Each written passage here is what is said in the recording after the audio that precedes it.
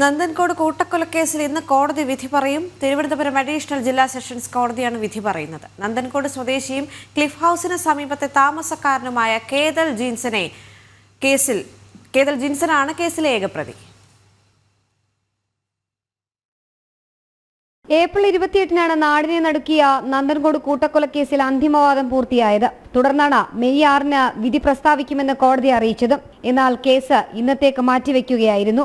നന്ദൻകോട് സ്വദേശിയും ക്ലിഫ് ഹൗസിന് സമീപത്തെ താമസക്കാരനുമായ കേതൽ ജിൻസൺ രാജയാണ് കേസിലെ ഏകപ്രതി. 2017 ഏപ്രിൽ 8-നാണ് ക്ലിഫ് ഹൗസിന് സമീപത്തുള്ള വീട്ടിൽ കേതലിന്റെ അമ്മ ഡോക്ടർ ജീൻ പത്മ, അച്ഛൻ പ്രൊഫസർ രാജ്തങ്കം, സഹോദരി കരോലിൻ, ബന്ധു ലളിത എന്നിവരെ കൊല്ലപ്പെട്ട നിലയിൽ കണ്ടെത്തിയത്.